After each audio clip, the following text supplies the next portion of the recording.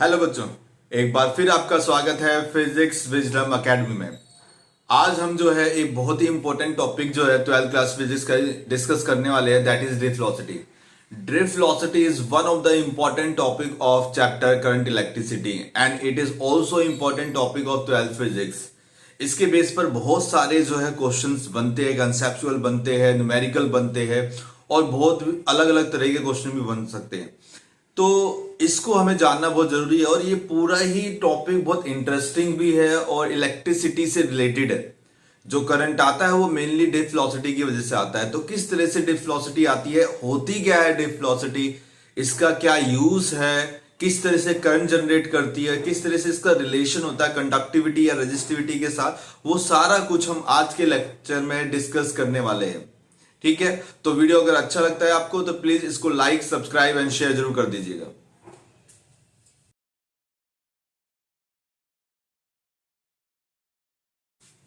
अब हम बात करते हैं कि what is drift velocity. Drift velocity समझने से पहले एक चीज हम जान लेते हैं, आखिर कंडक्टर या मेटल के अंदर होता क्या है। देखिए, metal is made up of atoms and inside the atom there is nucleus and all the electrons revolving around this nucleus। जितने भी इलेक्ट्रॉन है इस न्यूक्लियस के अराउंड रिवॉल्व करते हैं। अगर हम कंस्ट्रक्शन समझे तो मेटल में क्या होता है, कुछ ऐसे इलेक्ट्रॉन्स होते हैं जो लूजली बाउंडेड होते हैं। ठीक है, loosely bounded to the nucleus. ठीक है, तो जितने भी आउटर मोस्ट शेल के इलेक्ट्रॉन्स होते हैं उनको हमें बहुत कम एनर्जी चाहिए उनके ऑर्बिट से निकालने के लिए या उनके शेल से निकालने के लिए। These electrons are called free electrons। होता क्या है कि जब हमारा मेटल बनता है तो ऐसे बहुत सारे एटम्स होते हैं, तो ऐसे बहुत सारे इलेक्ट्रॉन्स भी एग्जिस्ट करेंगे जो फ्री हो जाते हैं। अब जैसे ही रूम टेम्परेचर जाता है तो रूम टेम्परेचर पर जो है इलेक्ट्रॉन को इतनी एनर्जी मिल जाती है ड्यू टू टेम्परेचर कि वो जो है अपना बॉन्ड तोड़कर फ्री स्टेट में आ जाते हैं। फ्री स्टेट कहने का मतलब है कि वो मटेरियल के अंदर ही मूव करने लग जाते हैं, one atom to another atom. ठीक है, और ये मूव करते रहते हैं। बहुत सारे एटम्स होते हैं तो बहुत सारे इलेक्ट्रॉन्स भी आपके प्रेजेंट होंगे। बट जब तक हम कोई भी पोटेंशियल डिफरेंस या कोई भी इलेक्ट्रिक फील्ड अप्लाई नहीं करते तो ये जो इलेक्ट्रॉन का मूवमेंट होता है ये रैंडम होता है। यानी जितने इलेक्ट्रॉन्स एक पर्टिकुलर डायरेक्शन में मूव कर रहे होते हैं उतने ही इलेक्ट्रॉन्स आपके जो है दूसरी अपोजिट डायरेक्शन में मूव कर रहे हैं। अब होता क्या है कि जितने भी इलेक्ट्रॉन्स है, ऐसे बहुत सारे इलेक्ट्रॉन्स हैं, तो सबकी अपनी अपनी वेलोसिटी होती है। टेम्परेचर की वजह से जो इनको वेलोसिटी मिलती है that is called the thermal velocity.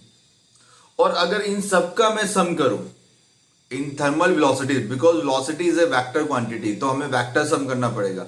तो अगर मैं वेक्टर सम करता हूं सबका तो जो वेक्टर सम आता है थर्मल वेलोसिटीज का वो जीरो आता है। मैंने अभी बताया कि जितने इलेक्ट्रॉन एक पर्टिकुलर डायरेक्शन में मूव कर रहे होंगे उतने ही इलेक्ट्रॉन्स एक दूसरे अपोजिट डायरेक्शन में मूव करेंगे, तो जो नेट वेलोसिटी होती है वो कैंसिल आउट हो जाती हो। और ऐसा हर केस में होता है। ठीक है, अगर मैं देखूं कि एक इलेक्ट्रॉन आपका सपोज इस डायरेक्शन में मूव कर रहा है, एक इलेक्ट्रॉन आपका इस डायरेक्शन में मूव कर रहा है, एक इलेक्ट्रॉन आपका ऐसे मूव कर रहा है, तो एक इलेक्ट्रॉन जो है वो आपका इस तरह से मूव कर सकता है, आप इस तरह से ले सकते हैं। ठीक है, तो रैंडमली कहीं भी मूव कर सकता है, ये इलेक्ट्रॉन का मूवमेंट है। अब आप सोचोगे मैंने लाइन ही क्यों बना रखी है। एक्चुअली होता क्या है, जब हम मटेरियल की बात करते हैं तो मटेरियल के अंदर जो इलेक्ट्रॉन्स होते हैं वो एटम टू एटम मूव करते हैं। एटम को एटम कहने का मतलब है कि कोलिजन्स होते हैं, कि जब इलेक्ट्रॉन एक दूसरे एटम से जाके टकराता है तो वो अपनी डायरेक्शन को चेंज कर देता है। तो कुछ इस तरह का उसका जो है मोशन आता है। ये रैंडम कहीं भी हो सकता है। तो जहां पर ये डायरेक्शन चेंज हो रही है, ये क्या बता रही है, कोलिजन हो रहा है। यहां पर इन सब जगहों पर क्या हो रहा है, कोलिजन हो रहा है। ठीक है, अब लेट अस सपोज ये जो टाइम इंटरवल है मैं टी ले लेता हूं। This is called the time interval between the two collision is called t। Normally t ले लेते हैं। तो ये आपका सेम भी हो सकता है और सेम नहीं भी रह सकता है। अब होता क्या है कि ये रैंडमली इस तरह से मूव कर रहे हैं कि कहीं भी नेट वेलोसिटी का गेन नहीं आता। नेट वेलोसिटी का गेन नहीं आता, तो आपका ये जो इलेक्ट्रॉन है ये यहां से यहां तक जाता है, फिर कोलिजन होता है, फिर डायरेक्शन को चेंज करता है, फिर यहां से यहां जाता है, फिर कोलिजन होता है, फिर डायरेक्शन को चेंज करता है, फिर यहां से यहां जाएगा, फिर कोलिजन होगा। तो इस तरह से मूवमेंट चलता रहता है। और ये कहा जाता है कि जो थर्मल वेलोसिटी होती है वो आपकी जो है नेट जीरो आ जाती है, या मतलब कि एवरेज थर्मल वेलोसिटी जो होती है वो आपकी जीरो मिल जाती है। ठीक है, यानी अगर एक की वेलोसिटी है u1 वेक्टर, दूसरे की है u2 वेक्टर, तीसरे की है u3 वेक्टर, तो इन सबका अगर ये un हो गया, इन सबका अगर मैं एवरेज निकालूं, एवरेज क्या आएगा? एवरेज आएगा आपका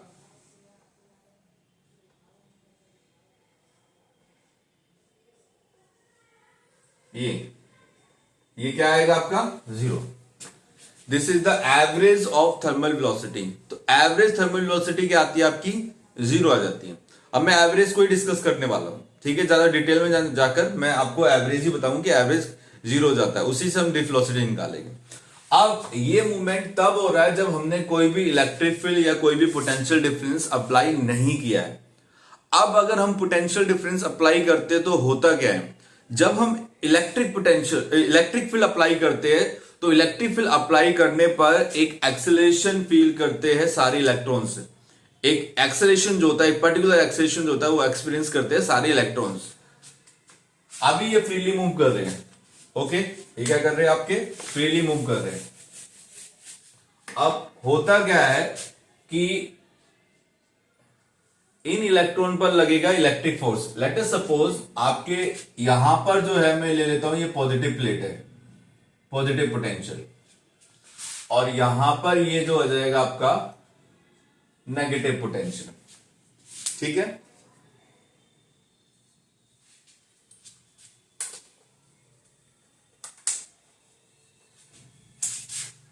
अब यहां पर आपका नेगेटिव हो गया, यहां पे पॉजिटिव हो गया, तो जितने भी इलेक्ट्रॉन्स है वो इस पॉजिटिव प्लेट के कारण अट्रैक्ट हो गए, तो उनकी डायरेक्शन में क्या आएगा? चेंज आएगा। सो वो जो हो गए उनकी जो मोशन है, उनका मोशन कुछ इस तरह का हो जाएगा। मैं इसको थोड़ा अलग दिखाता हूं।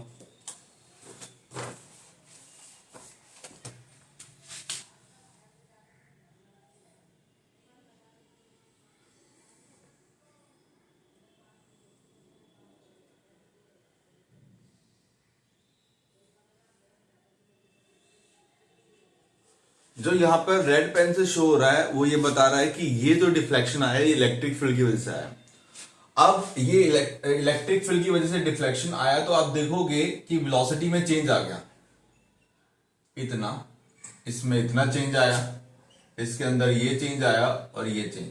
जो चेंज इन वेलोसिटी है वो सबका एक ही डायरेक्शन में आ रहा है, ठीक है। इस केस में क्या हो रहा है? जो चेंज इन वेलोसिटी है वो सबका एक ही डायरेक्शन में आ रहा है, और इन सबको अगर हम ऐड करते हैं, ठीक है, इन सबको अगर हम ऐड करते हैं और एवरेज लेते हैं तो हमें ड्रिफ्ट वेलोसिटी मिलती है, ठीक है। So basically drift velocity is the average velocity, constant average, ठीक है, याद रखना, average constant velocity gain by the free electrons of a conductor in the direction opposite to the electric field. यानी जिस डायरेक्शन में आपकी इलेक्ट्रिक फील्ड है उसके अपोजिट डायरेक्शन में इलेक्ट्रॉन के लिए वेलोसिटी का गेन होगा, ठीक है। और उसका अगर मैं एवरेज निकालूंगा that average is called drift velocity. So अगर मैं आपको बता रहा था यहां पर कि फोर्स जो है, इलेक्ट्रिक फोर्स जो है वो होता है Q इंटू ई, और यहां पर मैं इसको लिख सकता हूं MA/Q/E। तो एक्सेलरेशन हमारा आ गया QE डिवाइड बाय M। बात हम किसकी कर रहे हैं? इलेक्ट्रॉन की। फोर इलेक्ट्रॉन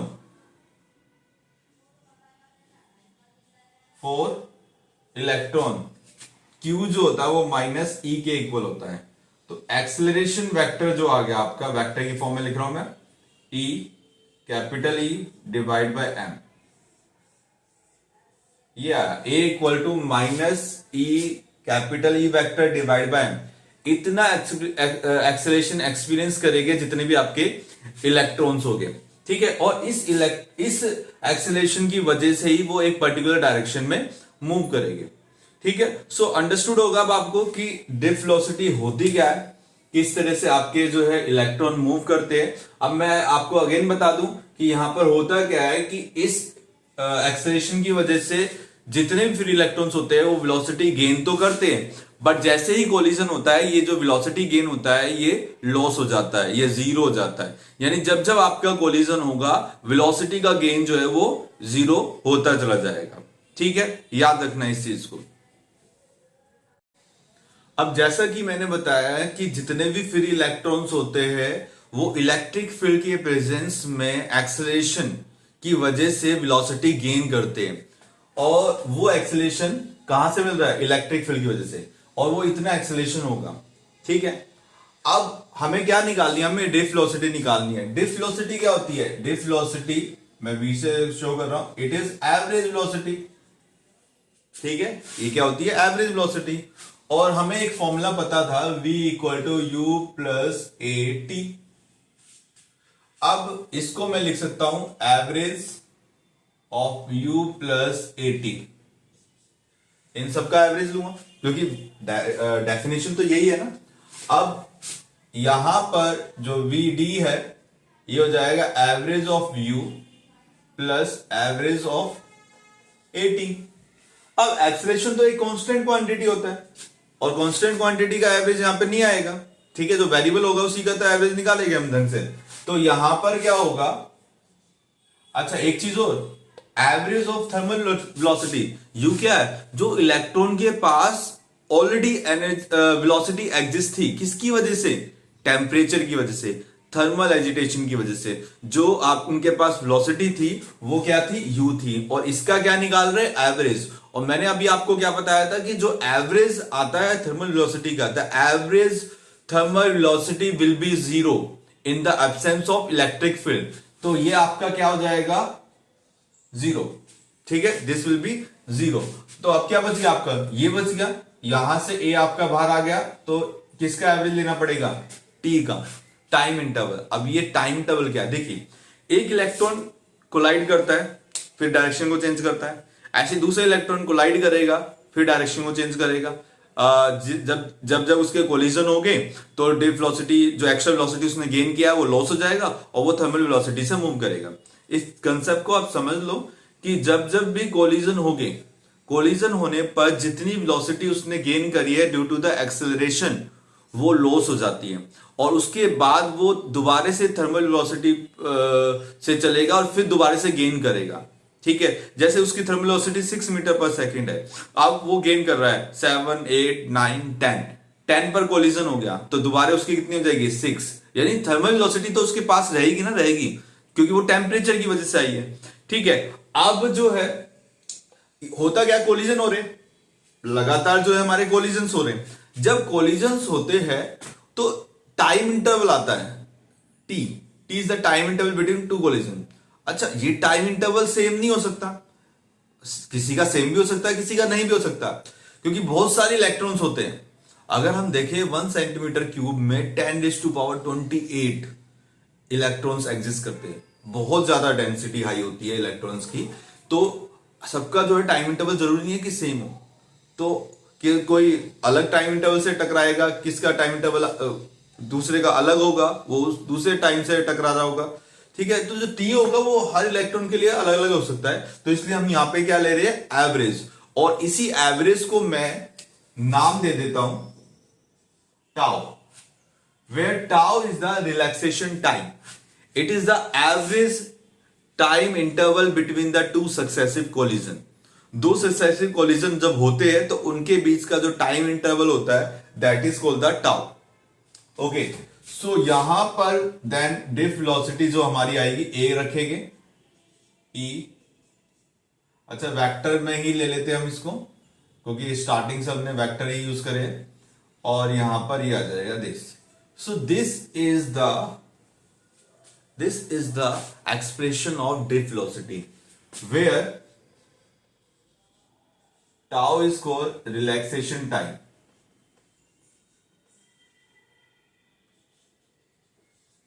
रिलैक्सेशन टाइम, ठीक है, और इसकी वैल्यू भी जो अराउंड 10⁻⁻14 सेकेंड के इक्वल होती है, अप्रोक्सीमेटली कह सकते हैं।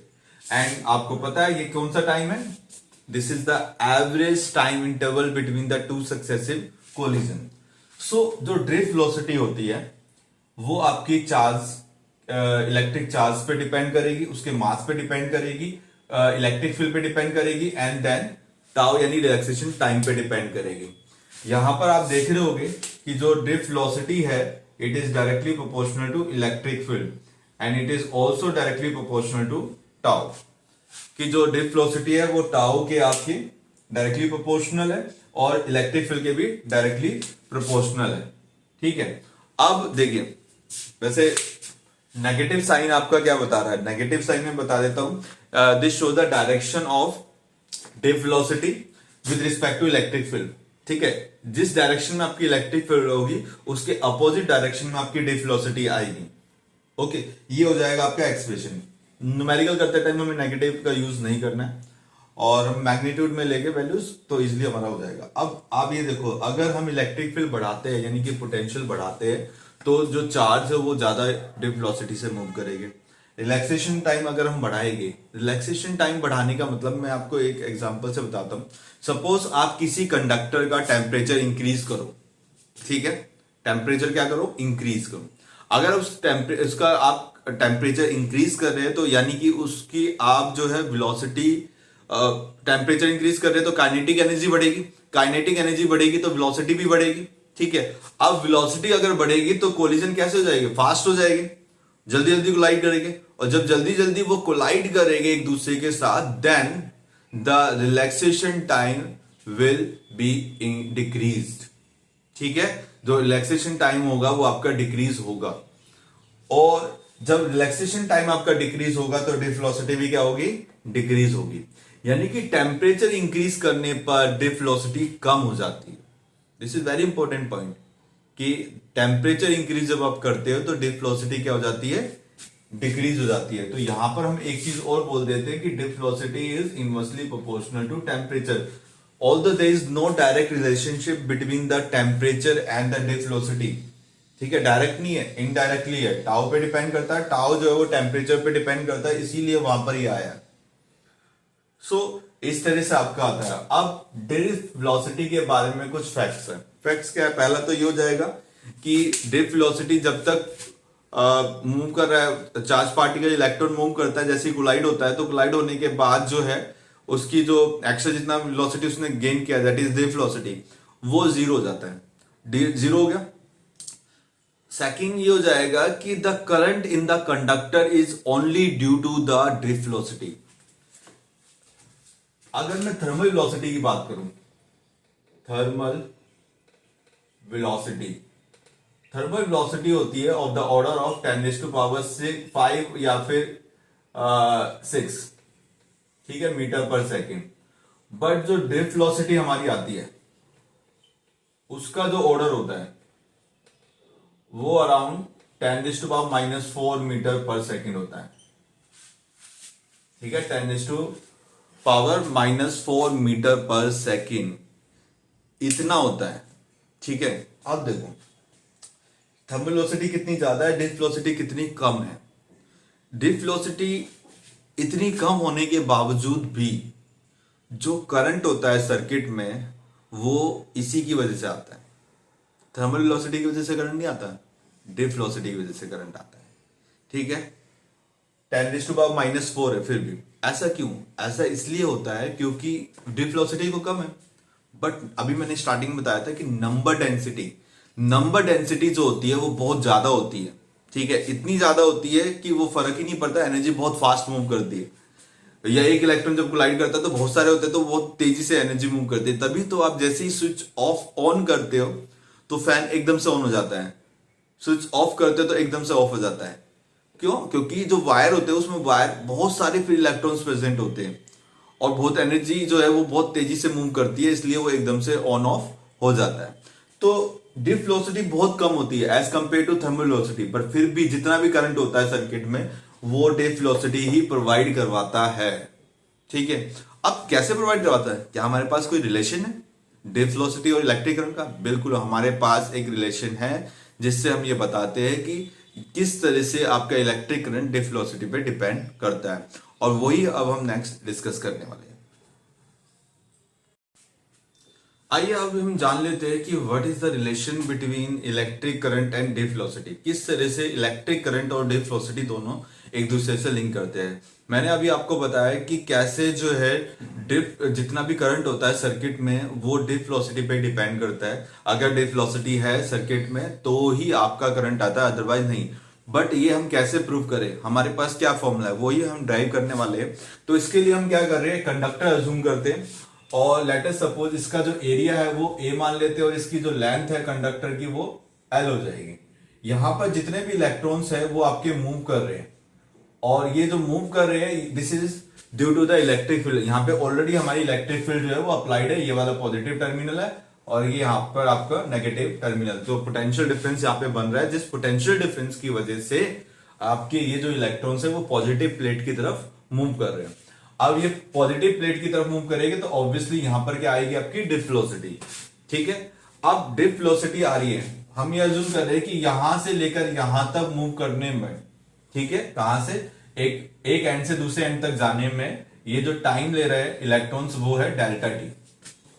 हमें रिलेशन फाइंड आउट करना है तो सबसे पहले हमें, अगर करंट है, करंट क्या होता है, करंट का फॉर्मूला होता है I is equal to delta q by delta T. ठीक है, I is equal to delta q by delta t. अब यहां पर हमें डेल्टा क्यू निकालना है, यानी कि the number of charges passing through particular area. ठीक है, अब देखिए यहां पर let us suppose let N जो है वो है आपकी नंबर डेंसिटी। नंबर डेंसिटी किसकी, इलेक्ट्रॉन की, नंबर डेंसिटी ऑफ इलेक्ट्रॉन्स, जिसको हम सिंपली इलेक्ट्रॉन डेंसिटी बोल देते हैं, इलेक्ट्रॉन्स। और इसका जो फॉर्मूला होता है वो होता है capital N divide by V. तो यहां से कैपिटल एन यानी कि नंबर ऑफ इलेक्ट्रॉन्स हमारे क्या हो गए, एन इंटू वी। यहां पे याद रखना ये वी जो है ये आपका वॉल्यूम। ठीक है, so number of electrons in the conductor, अगर नंबर ऑफ इलेक्ट्रॉन्स हम देखें कंडक्टर में सो ये हो जाएगा एन। वी वॉल्यूम है, वॉल्यूम क्या होता है आपका, वॉल्यूम होता है a into l, area of cross section into length. और यहां पर लेंथ को मैं लिख सकता हूं v D into delta t. Length क्या होता है, देखो velocity is equal to l divide by T और then L is equal to V D into delta T. तो ये आपके क्या निकलेंगे, number of electrons in the conductor. अब हम निकाल लेते हैं charge, total charge, total charge in the conductor, कि टोटल चार्ज कितना प्रेजेंट है कंडक्टर में। तो डेल्टा क्यू, डेल्टा क्यू जो है वो हमारा है जितने भी ये टोटल नंबर ऑफ इलेक्ट्रॉन्स है इसको मल्टीप्लाई कर दो इसके चार्ज से, सो वो हमारा हो जाएगा E into N A V D into delta T. ठीक है, और यहां पे हम लगा देते हैं नेगेटिव साइन और अब इस वैल्यू को हम यहां पर पुट करते हैं। सो आई आपका आ जाएगा minus N E A V D delta T divide by delta T. तो ये cancel, then I is equal to minus N E A V D. This is the relation between electric current and the drift velocity. Negative sign shows that the direction of current is opposite to the direction of velocity of electrons. जिस direction में आपके electrons move कर रहे होंगे उसके opposite direction में जो है आपके क्या आएगी, करंट आएगा। ठीक है, सो this is basically the relation between current and the drift velocity. इसमें आगे भी हमारा बनता है, आगे एक रिलेशन और ड्राइव करते हैं जहां पर हम देखते हैं कि किस तरह से जो है रेजिस्टिविटी हमारी निकलती है। रेजिस्टिविटी के बारे में आपने पढ़ा है, ठीक है, 10th क्लास में आपने सिर्फ इतना पढ़ा है कि resistivity depends on material and temperature, but किस तरह से वो मटेरियल पे डिपेंड करती है, क्या उसका एक्सप्रेशन है, वो हम एक बार देख लेते हैं। ठीक है, इसको भी मैं अभी करवा देता हूं। सो अभी हमने देखा कि what is the relation between electric current and the drift velocity, और वो हमारा आता है I is equal to N E A V D. अब वीडी यहाँ पे क्या डिफ वेलोसिटी है, अगर डिफ वेलोसिटी एग्जिस्ट करती है तो करंट एग्जिस्ट करेगा, अदरवाइज वो जीरो है। ठीक है, अगर डिफ वेलोसिटी जीरो हो जाएगी तो मैं क्या बोल रहा हूँ, करंट भी जीरो हो जाएगा। तो ये रिलेशन हमें इजिली बता रहा है कि किस तरह से करंट जो है वो डिफ वेलोसिटी पे डिपेंड करता है। और अभी मैंने आपको बताया था स्टार्टिंग बीच में कि जो करंट होता है वो सिर्फ डिफ वेलोसिटी पे डिपेंड करता है, अगर डिफ वेलोसिटी है तो करंट है, अदरवाइज जीरो होगा। अब आगे हम देख लेते हैं कि डिफ वेलोसिटी को हम लिख सकते हैं, मैं मैग्नीट्यूड में बात करूंगा। सो ये हो गया E, capital E divide by m into tau. ठीक है, ये डिफ वेलोसिटी का फॉर्मूला हो गया। और यहां पर अगर हम इसको आगे लिखेंगे तो ये हो जाएगा N E square A capital E divide by m tau. ठीक है, दिस इज इक्वेशन नंबर 1 ले लेते हैं। दिस इज द रिलेशन, याद रखना ये भी आपका ड्राइव करने के लिए या इसके बेस पर भी आपके न्यूमेरिकल बन जाते हैं।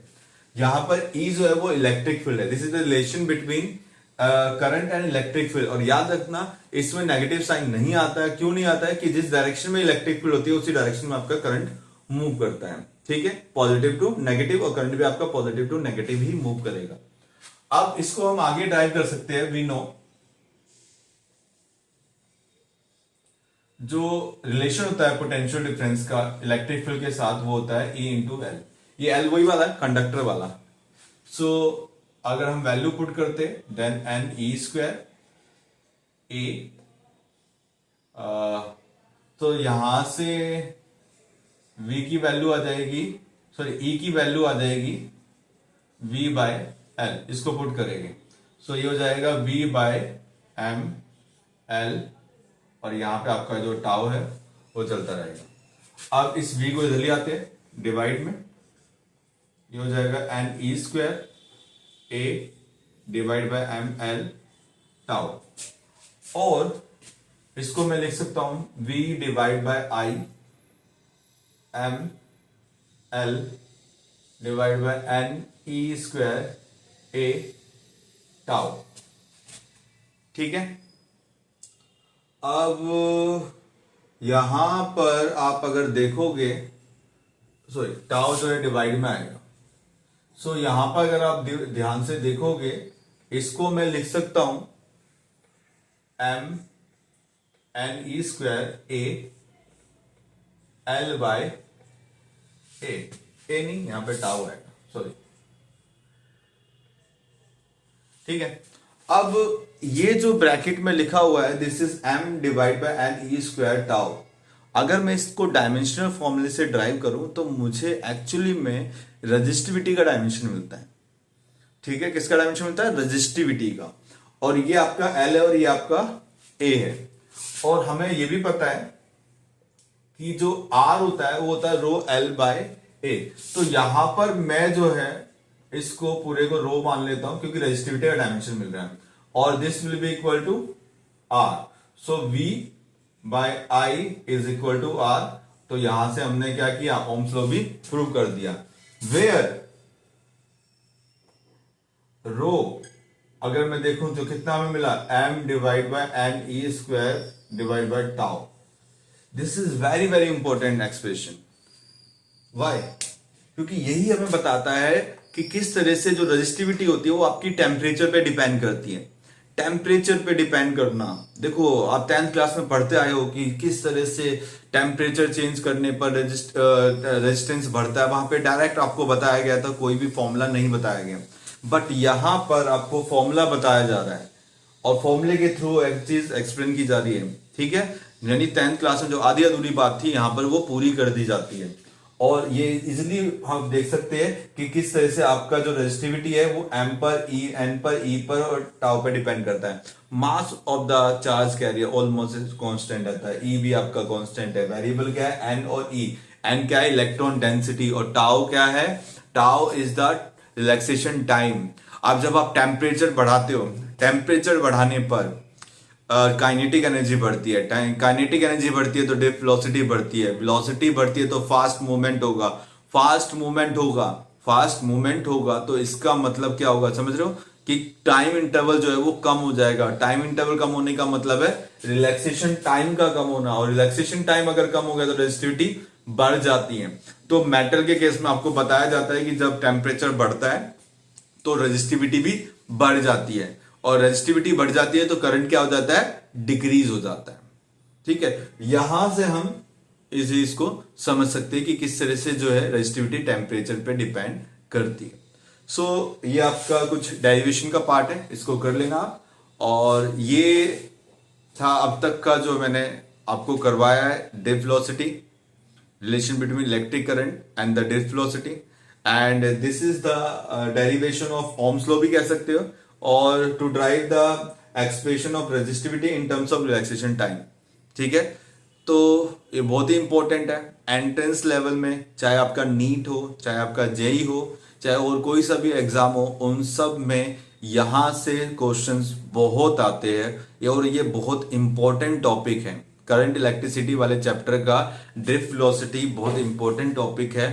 बहुत सारे बच्चों को ये समझ में नहीं आता है, तो मैंने बिल्कुल सिंपल लैंग्वेज में आपको बताया। अगर कहीं भी आपको डाउट रहता है तो कमेंट बॉक्स में आप मेंशन कर सकते हैं, मैं हर एक का जवाब दूंगा और बताऊंगा क्या एक्सप्लेनेशन इसका हो सकता है, क्या रीजन हो सकता है इसके पीछे। कोई भी अगर डाउट है तो आप कमेंट बॉक्स में मैसेज कर सकते हैं। Thank you for watching the video, and please जो है वीडियो को सब्सक्राइब कर देना, शेयर कर देना और लाइक कर देना। Thank you.